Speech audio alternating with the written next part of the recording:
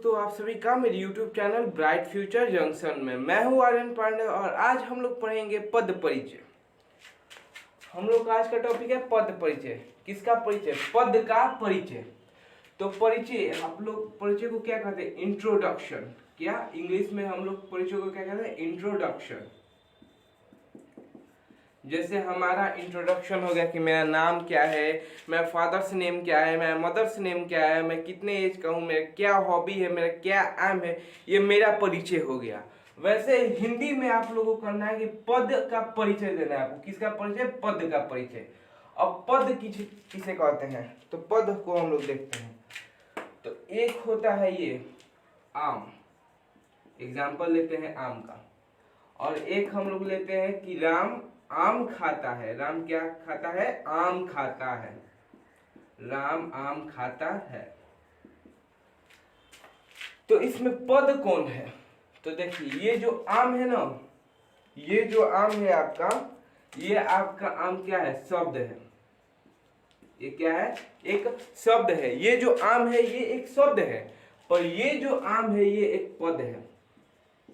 ये आम पद कहेंगे और इस आम को शब्द कहेंगे। आप लोग का डाउट आएगा कि क्यों, आखिर तो ये भी आम ही लिखा हुआ है, यहाँ पर भी आम ही लिखा है, तो इसको पद क्यों करें, इसको शब्द क्यों करें? तो देखिए, यदि हम लोग किसी भी शब्द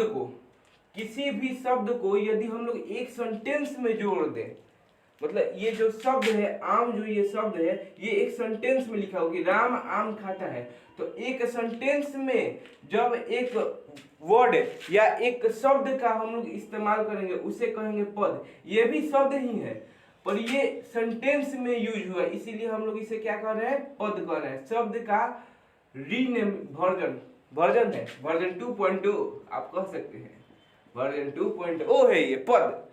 तो यदि हम इसी आम को एक सेंटेंस में लिख दे और तब उसे पूछे कि ये आम क्या है, तो ये एक पद हो जाएगा। पर ये सिंपली हम लोग कहें कि ये आम है, आम लिखे, तो ये क्या कहेगा? शब्द कहेगा। इसे हम लोग कहेंगे शब्द। तो आप लोग को शायद क्लियर होगा कि पद और शब्द किसे कहते हैं। तो पद के दो प्रकार। पद के कितने प्रकार? दो प्रकार। पद के दो प्रकार होते हैं। एक होता है विकारी, एक होता है विकारी, एक होता है अविकारी। एक होता है अविकारी। अविकारी को अव्यय भी कहा जाता है। अब ये क्लास 9th का टॉपिक है। अविकारी अव्यय आप लोग 9th में पढ़ चुके होंगे और ये तो आप लोग जब से ग्रामर स्टार्ट किए होंगे, हिंदी ग्रामर, तब से आप लोग विकारी शब्द के बारे में पढ़ते आ रहे हैं। तो विकारी के चार भाग, विकारी के चार भाग और अविकारी के भी आपके चार भाग। अविकारी के भी चार भाग और विकारी के, जैसे आप लोग इंग्लिश में पार्ट्स ऑफ स्पीच पढ़ते हैं, पार्ट्स ऑफ स्पीच, जैसे आप लोग अंग्रेजी में पार्ट्स ऑफ स्पीच पढ़ते हैं 8 टाइप्स के, वैसे ही हिंदी में पद 8 प्रकार के होते हैं। और ये पद दो भाग में बटे हुए हैं, विकारी अविकारी। विकारी 4 और अविकारी 4, 4 4 8 हो जाएंगे आपके। अब विकारी में आपका आ जाएगा संज्ञा, दूसरा सर्वनाम, तीसरा आपका आ जाएगा विशेषण क्रिया और चौथा आ जाएगा विशेषण। अविकारी में आ जाएगा क्रिया विशेषण,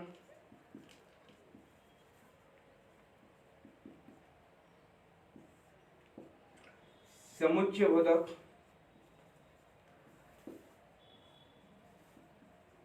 संबंध बोधक,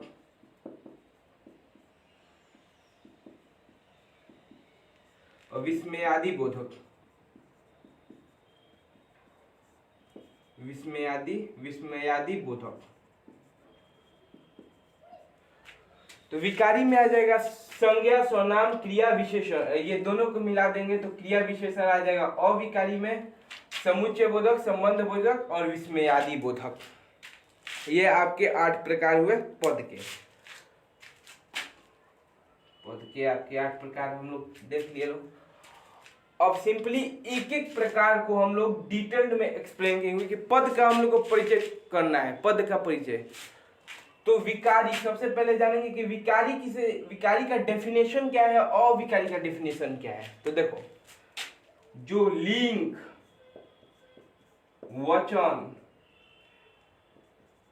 काल, कारक,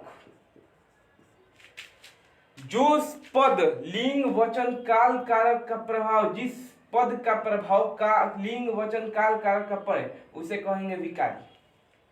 उसे क्या कहेंगे? विकारी शब्द। मतलब जिस पद पे लिंग, वचन, काल, कारक का प्रभाव पड़े उसे कहेंगे विकारी, और जिस पद पे लिंग, वचन, काल, कारक का प्रभाव ना पड़े उसे कहेंगे अविकारी। तो लिंग, वचन, काल, कारक का प्रभाव और लिंग, वचन, काल, कारक का प्रभाव ना पड़ना, ये नहीं समझ में आ रहा है, तो ये आपका डाउट हम आगे क्लियर करेंगे। तो एक एक को डिटेल में यदि आप लिखना चाहते हैं तो आराम से आप पॉज करके वीडियो लिख सकते हैं आगे।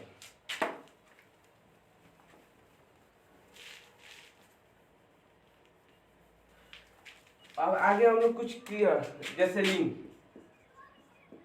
कितने प्रकार के होते हैं? 2 प्रकार, स्त्रीलिंग, एक होता है पुल्लिंग, स्त्रीलिंग और पुल्लिंग।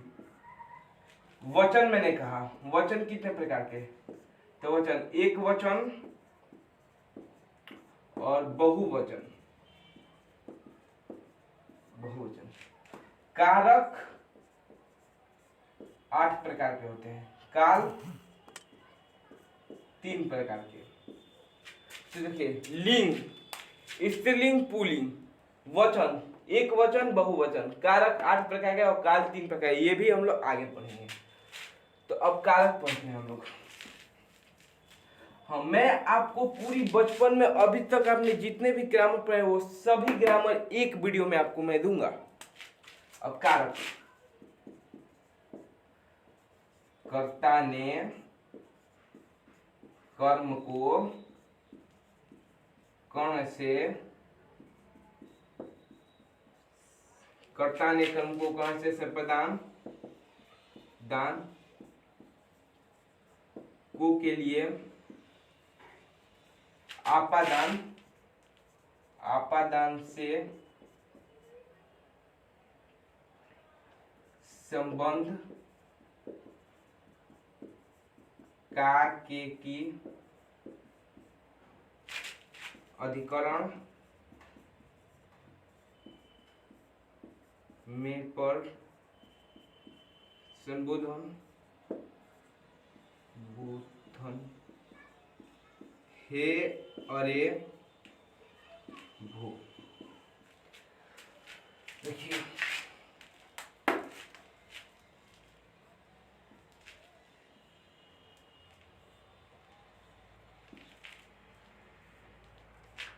कर्ता ने कर्म को कर्ण से संप्रदान को के लिए आपादान से संबंध का के की अधिकरण में पर संबोधन है अरे भो। ये आपका पूरा कारक है।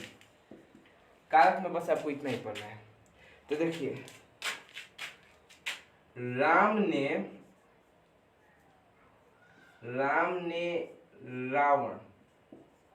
रावण को मारा। यदि पूछेगा इसमें कौन सा कारक लगा है, यदि पूछेगा इसमें कौन सा कारक लगा, राम ने रावण को मारा, इसमें कौन सा कारक है, तो सिंपली आप लोग यहाँ पर देख रहे हैं कि ने लगा हुआ है, तो आपको क्या कहते हैं? और ये राम क्या है?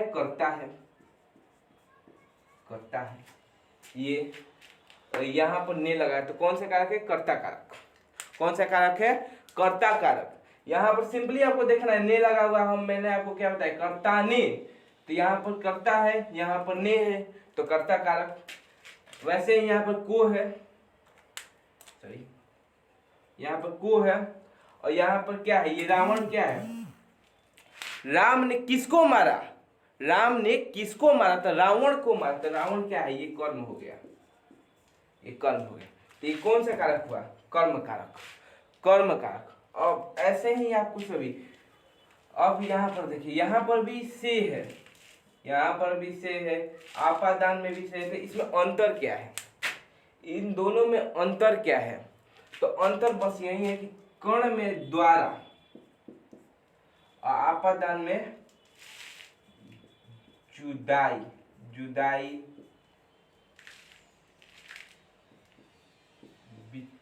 बिछड़ना, जुदाई और बिछड़ना इसमें होता है, जुदाई और बिछड़ना।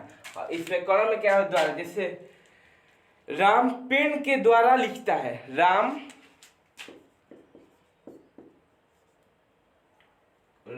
कलम, कलम के द्वारा लिखता है,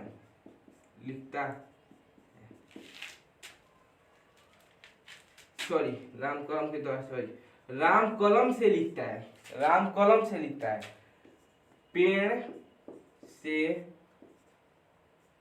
पत्ते गिरते हैं, पेड़ से पत्ते गिरते हैं, राम कलम से लिखता है।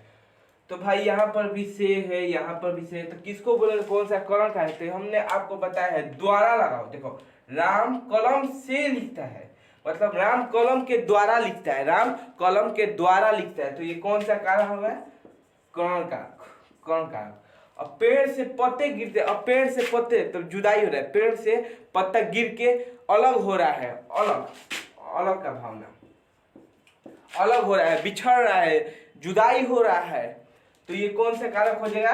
आपादान, आपादान कारक, अपदान कारक हो जाएगा ये। तो ये हुआ आपका कारक, ये पूरा आपको कारक आप नोट कर सकते हैं, वीडियो पॉज करके आप नोट कर लीजिएगा ये कारक।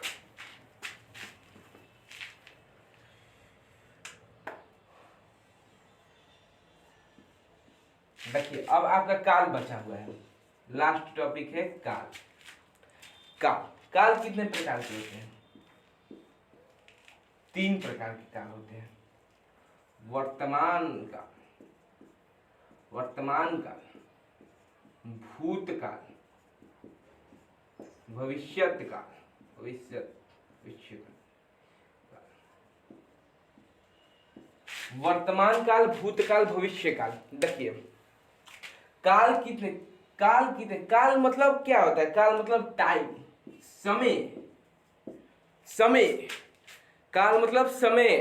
तो देखिए वर्तमान काल, जो भी काम अभी आप प्रेजेंट, जैसे मैं अभी आपको पढ़ा रहा हूं, मैं आपको क्या कर रहा हूं? अभी पढ़ा रहा हूं। तो ये कौन सा काल है? तो वर्तमान काल है। मैं पढ़ा रहा हूं, वर्तमान काल। मान के चलिए मैं इस वीडियो को अपलोड कर दिया हूं, आप लोग कल इस वीडियो को देखेंगे, कल इस, मैं आज अभी पढ़ा रहा हूं, जो लाइव देख रहे हैं वो सही है, कल इस वीडियो को कोई देखेगा तो वो कौन सा हो जाएगा? वो भविष्यत काल हो जाएगा, मतलब कि वो फ्यूचर में देखेगा। वो क्या करेगा? मेरे वीडियोस को फ्यूचर्स में देख रहा है, कल देख रहा है मेरे वीडियोस को, तो वो क्या? भविष्यत काल। और भूतकाल, मैंने वीडियो अपलोड कर दिया है, मैंने वीडियो को अपलोड कर दिया है, तो वो भूतकाल। देखिए आपको क्लियर नहीं हुआ था? देखिए सिंपल सा, राम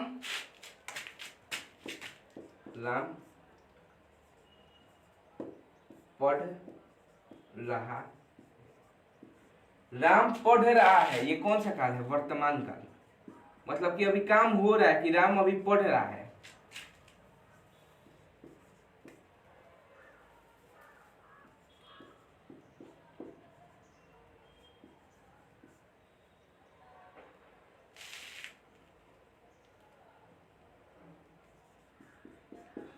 राम पढ़ चुका था, राम पढ़ चुका था, तो ये कौन सा है काल है? भूतकाल है। ये कौन सा काल है? भूतकाल है। राम पढ़ चुका था मतलब राम पढ़ लिया है भाई, राम पढ़ रहा है, अभी वो खेलने का काम कर, शायद वो खेल रहा होगा अभी, तो राम क्या पढ़ चुका था, राम पढ़ लिया है, तो ये भूतकाल हो जाएगा। अभी राम पढ़ रहा है, ये वर्तमान काल, ये वर्तमान की बात है कि अभी राम पढ़ रहा है, राम पढ़ेगा, राम पढ़ेगा, ये कौन सा काल है? भविष्यत काल है, भविष्यत काल, भविष्य काल है। तो राम पढ़ेगा, 7 बजे पढ़ेगा, 8 बजे, अभी वो खेल रहा है पर 7 बजे वो पढ़ेगा, तो ये कौन सा काल हो जाएगा? भविष्य में। ये मतलब आपको भविष्य में बता रहा है कि भविष्य में राम पढ़ेगा, मतलब 7 बजे पढ़ेगा, तो अभी वो खेल रहा है तो वर्तमान काल, और वो पढ़ेगा मतलब कि भविष्य काल। वो पढ़ चुका था, मतलब कि भूतकाल। तो क्लास 10th में अभी काल में 3 ही प्रकार पढ़ने हैं। आप लोग 7, 6 में पढ़ चुके होंगे काल के प्रकार। पद परिचय में काल में बस हम लोग को वर्तमान काल, भूतकाल, भविष्य काल पहचानना आना चाहिए कि वर्तमान काल कौन सा है, भूतकाल कौन सा है, भविष्य काल कौन सा है। तो आप लोग को मैंने काल, कारक, एक वचन, बहुवचन सिंपली आप लोग जानते होंगे। एक वचन लड़के, लड़के क्या है, लड़के। बहुवचन, बहुवचन मतलब कि प्लूरल। इंग्लिश में समझिए, हिंदी में नहीं समझ में आया, इंग्लिश में प्लूरल। और राम, ये क्या है, एक वचन। राम एक ही ना है भाई, राम इंसान एक ही ना है, तो वो क्या हो जाएगा, एक वचन मतलब सिंगुलर, सिंगुलर। ये हो गया एक वचन, बहुवचन। और आपका फिर है स्त्रीलिंग, पुल्लिंग। राम क्या है, राम क्या है, मेल है। राम क्या है, मेल है, तो ये क्या हो जाएगा, पुल्लिंग। राम क्या है, मेल है, तो ये हो जाएगा पुल्लिंग। और सीता, सीता क्या है, फीमेल। सीता क्या है, फीमेल, तो ये हो जाएगा स्त्रीलिंग। क्या हो जाएगी, स्त्रीलिंग। ये हो जाएगी स्त्रीलिंग। मेल हो गया तो पुल्लिंग, फीमेल हो गया तो स्त्रीलिंग, सिंगुलर हो गया तो एक वचन, प्लूरल हो गया था बहुवचन। काम खल्ला। तो मैंने आपको शुरुआत में डिफिनेशन क्या बताया था विकाई शब्द का, जिसका प्रभाव लिंग, वचन, काल और कारक पे पड़े। फॉर एग्जाम्पल, राम आम खाता है। राम आम खाता है, राम आम खाता है भाई। तो राम को यदि हम अंडरलाइन करें तो कि इसका परिचय दे दिए, मतलब कि इसका परिचय, तो इसका परिचय आप क्या देंगे, ये क्या है। अभी जितना मैंने अभी आपको इन्फॉर्मेशन दिया उसके लिंग, वचन, काल, कारक के अनुसार, लिंग, वचन, काल और कारक, कारक के अनुसार, इन सभी के अनुसार क्या देंगे, ये कौन सा, लिंग। तो भाई राम क्या है, राम आपका कौन सा लिंग है, पुल्लिंग है, मेल है भाई, पुल्लिंग है। वचन, एक वचन। ये पूरा सेंटेंस किस में है, तो देखिए है लगा है प्रेजेंट में, राम आम खाता है, खाने का काम हो रहा है, तो ये क्या है, वर्तमान काल, वर्तमान काल। और कौन सा कारक, देखिए यहाँ पर देखिए कुछ नहीं लगा है, तो ये कौन सा कारक है, कर्ता कारक। कौन सा कारक है, कर्ता कारक। और यहीं पर हम यदि आम को अंडरलाइन कर दे, यदि हम लोग आम को अंडरलाइन करें कौन सा कारक है, तो ये क्या हो जाएगा, ये कर्म है तो कर्म कारक। ये क्या हो जाएगा, कर्म कारक। आपका एक एडिशनल इंफॉर्मेशन छूट गया था कर्ता और कर्म में। देखिए कर्ता और बड़ा समझ में आएगा, कर्ता, कर्ता में ने हो तभी पहचानेंगे, और कुछ नहीं भी लगा हो। यहाँ पर देखिए, यहाँ पर ने लगा हुआ है, यहाँ पर ने नहीं लगा हुआ है, ने यहाँ पर नहीं लगा हुआ है, तभी हम इसको क्यों कर रहे हैं, क्योंकि यदि कुछ भी नहीं लगा हो और ने लगा हो तभी हम लोग कहेंगे ये क्या है, कर्ता कारक है। देखिए यहाँ पर कुछ नहीं लगा हुआ है, तो यहाँ पर क्या कर रहा है, कर्ता कारक। यदि ने लगता तो डायरेक्ट हम लोग कहते हैं कर्ता कारक। वैसे ही कर्म में का लगा हो, ये कुछ भी नहीं, जैसे यहाँ पर कुछ नहीं लगा हुआ है, यहाँ पर कुछ लगा है, तो आप कैसे करेंगे, कौन सा कारक है, कर्म कारक है, कर्ता कारक है। तो भाई ये कर्म है, तो ये कौन सा है, कर्म कारक भाई। और यहाँ पर यदि यहाँ पर हम का लगा देते तो सिंपली आप पहचान लेते कि कौन सा कारक है, कर्म कारक है। तो यदि कुछ नहीं भी लगा हुआ है तभी हम लोग पहचानेंगे ये कौन सा कारक है। तो देखिए इस वर्ड, इस पद पे आपका, इस पद पे लिंग, वचन, काल, कारक आप लोग पहचान जा रहे हैं, मतलब कि इसका इफेक्ट पड़ रहा है। यदि यहीं पर सीता कर दे तो ये लिंग बदल जाएगा, काल बदल जाएगा, कारक बदल जाएगा, वचन भी बदल जाएगा। सीता कर लेंगे तो पुल्लिंग हो जाए, स्त्रीलिंग हो जाएगी, एक वचन ही रहेगा। काल तो आपका सेम वर्तमान काल रहेगा, और कारक भी आपका सेम कर्ता कारक रहेगा। आपका क्या हो जाएगा, लिंग। यदि हम इसी के जगह पे ये पूरा सेंटेंस को चेंज कर दे तो यहाँ पर सभी ये आपका चारों ये जो इन्फॉर्मेशन है, लिंग, वचन, काल, ये बदल जाएगा। बट अब देखिए इसीलिए हम इसको क्या कहते हैं, विकारी, विकारी पद इसको कहते हैं, विकारी पद। अब अविकारी देखिए, राम कल स्कूल नहीं जाएगा क्योंकि वह कल आरा जा रहा है। राम कल स्कूल नहीं जाएगा वह कल, क्योंकि वह कल आरा जा रहा है। और हम यदि अंडरलाइन, ये क्योंकि क्या है, ये क्योंकि क्या है, तो देखिए आप इसको कह सकते हैं कि ये पुल्लिंग है, इसको कह सकते हैं कि स्त्रीलिंग है, इसको कह सकते हैं कि एक वचन है, इसको कह सकते हैं कौन सा ये कारक है, कौन सा काल में है, ये आप कह सकते हैं, कुछ नहीं आप बता सकते हैं इससे। इसका इफेक्ट मतलब लिंग वचन काल कारक का इफेक्ट इस पे नहीं पड़ेगा, इस पे लिंग वचन काल कारक, ये यदि हम आप यहाँ पर सीता भी कर दे, यहाँ पर हम सीता भी कर दे, तो इसका कुछ नहीं प्रभाव पड़ेगा, लिंग वचन काल कारक इसका आप नहीं बता सकते। इसीलिए हम इसको क्या करते हैं, अविकारी। अविकारी मतलब लिंग वचन काल कारक का प्रभाव जिस पद पे ना पड़े उस पद को क्या अविकारी कहते हैं, क्या कहते हैं, अविकारी।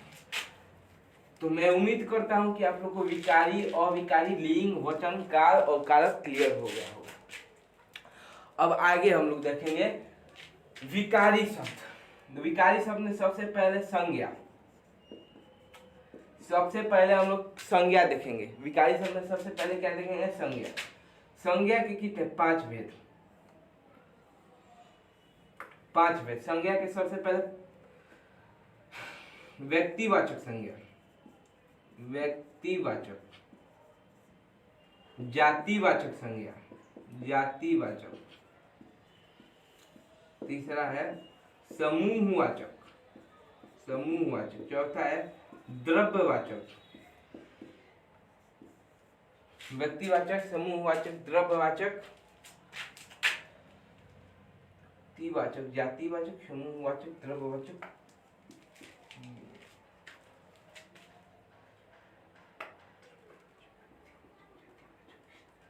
व्यक्तिवाचक संज्ञा, जातिवाचक संज्ञा, समूहवाचक संज्ञा, द्रव्यवाचक संज्ञा और भाववाचक संज्ञा, भाववाचक संज्ञा। व्यक्तिवाचक संज्ञा, जातिवाचक संज्ञा, समूहवाचक संज्ञा, द्रव्यवाचक संज्ञा और भाववाचक संज्ञा, ये 5 तरह के संज्ञा, संज्ञा के 5 टाइप होते हैं। ये व्यक्तिवाचक संज्ञा किसे कहेंगे, जैसे राम आम खाता है, राम आम खाता है, तो ये राम क्या है, ये व्यक्तिवाचक संज्ञा। मतलब कि खाने का काम कौन कर रहा है, राम कर रहा है, तो राम क्या है, व्यक्तिवाचक। हम किसी एक इंडिविजुअल का नाम लेके, जैसे कि यह राम की कलम है, ये कलम, ये जो कलम है ये मेरा है, ये आर्यन की कलम है, ये आर्यन सर की कलम है, ये आर्यन भैया की कलम है। तो किसकी कलम, आप कितने भी भाषा में बोले थे, ये कलम किसका होगा, ये मेरा ही कलम होगा, आर्यन का ही कलम होगा।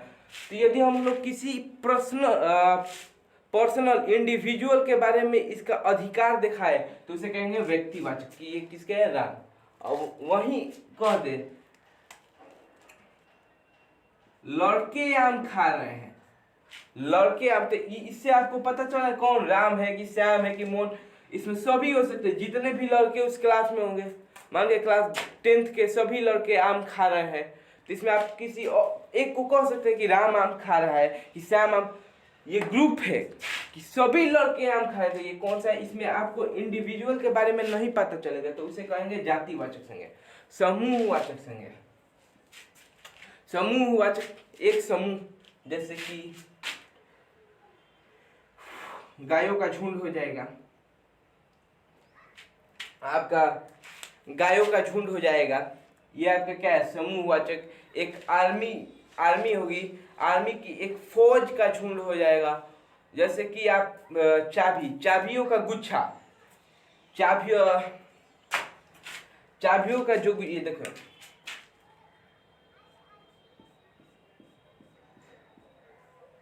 ये चाबियों का गुच्छा, तो तो चाबियों का गुच्छा क्या हो जाएगा आपका समूहवाचक।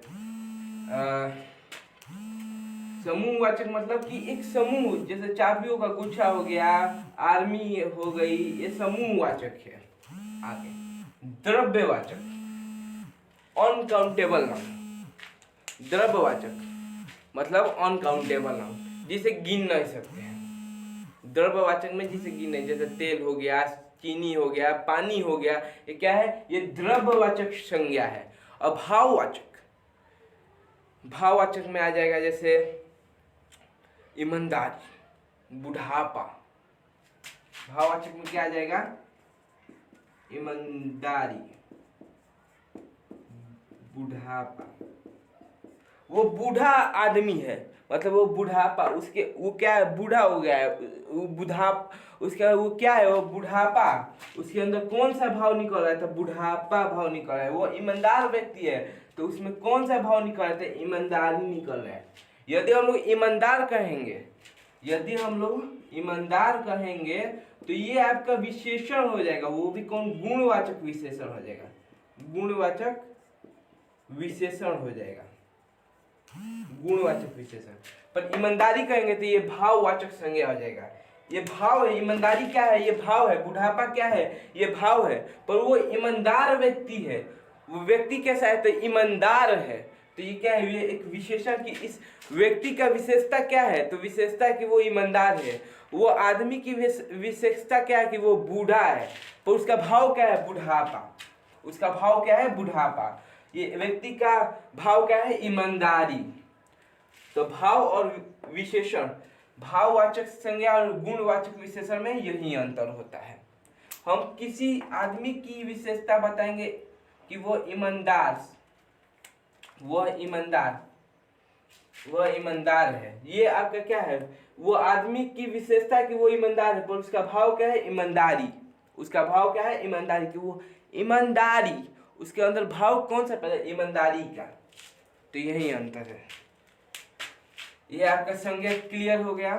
आप लोग स्क्रीनशॉट ले सकते हैं या पॉज करके आप लोग नोट्स बना सकते हैं इसका। सेकंड है आपका सर्वनाम।